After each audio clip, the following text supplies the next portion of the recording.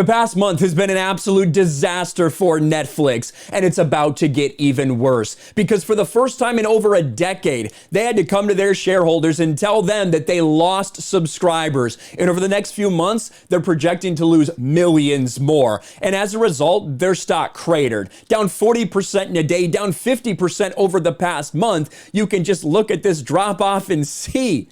This day, boom, an absolute cratering of Netflix stock, down 50% over the past month. And if you look since the beginning of the year, it's down 70%. It is nearly impossible to imagine a worse scenario for Netflix than this. But like I said, it's about to get worse for them because the shareholders, they don't feel like Netflix was being very honest with them over the past few months. Nightmare. Netflix hit with shareholder lawsuit alleging executives misled investors and amid subscriber exodus.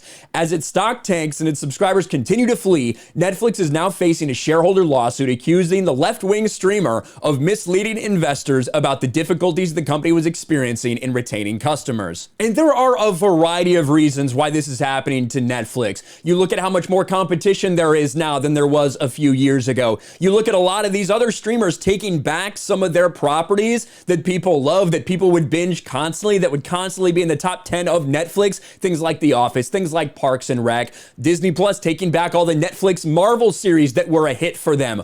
All of these different things combined with the fact that for years and years, Netflix has begun getting more progressive. They've been pushing more left-wing ideology, more identity politics, more virtue signaling.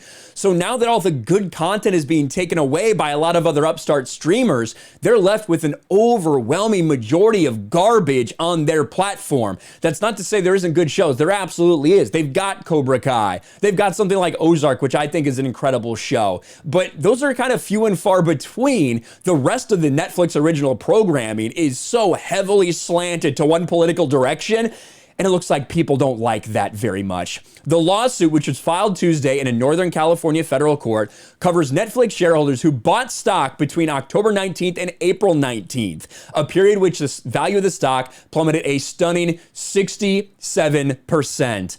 As a result of defendants' wrongful acts and omissions, the precipitous decline in the market value, plaintiff and other class members have suffered significant losses and damages. The suit's being brought by a trustee of this entity, Imperium Irrevocable Trust, cited public statements made by Netflix during its most recent third and fourth quarter earning reports, which the company painted an optimistic picture of subscriber growth. And this is the key, right?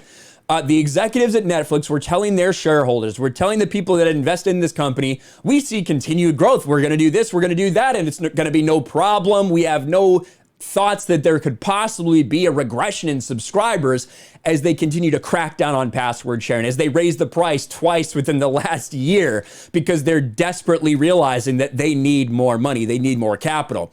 But the truth was revealed last month when Netflix dropped the bombshell, reporting it had lost 200,000 subscribers in the first quarter and expected to lose 2 million more in the months ahead. And that is even looking like it might be an understatement. As a result of these materially false or misleading statements and failures to disclose, Netflix traded at artificially inflated prices during the class period. I have been saying for years that Netflix was overinflated. I know me and Gary have had these discussions. When you look at the fact that it got up to nearly $700 per share, is insane. And that was back in October. And it's not like they were breaking records or anything back then, but it was all about how they were phrasing it, how it looked like they were setting up to take advantage of things for subscriber growth in different countries, things like that. Well, all those turned out to be absolutely wrong. The question is, was it wrong intentionally? Were they trying to mislead people? Were they trying to keep that share price up? Or were they just that incompetent? Was it incompetence, or was it truly some sort of intentional misleading of shareholders? That'll be the question. But either way, after all of this, they're axing projects left and right, trying to cut down on the woke garbage. People are losing their jobs at Netflix and they're freaking out as overnight things have changed for this company that looked at one point like it was such a giant that it would never be going anywhere. Let me know what you guys think about this. It continues to get worse for Netflix. A lot of things affecting it, but there's no doubt the identity politics and the wokeness had a big part to do with this drastic downturn. Let me know in the comments below. Smash a like button, subscribe to the channel, ring the bell for notifications, share this video out there, and I'll talk to you later. Thanks for watching, everyone, and a huge shout out to my patrons. I appreciate you guys so much. Want to follow me on Twitter or Instagram? Check out the description below. You'll find links to my P.O. box and my Patreon as well. And I'll talk to you guys later.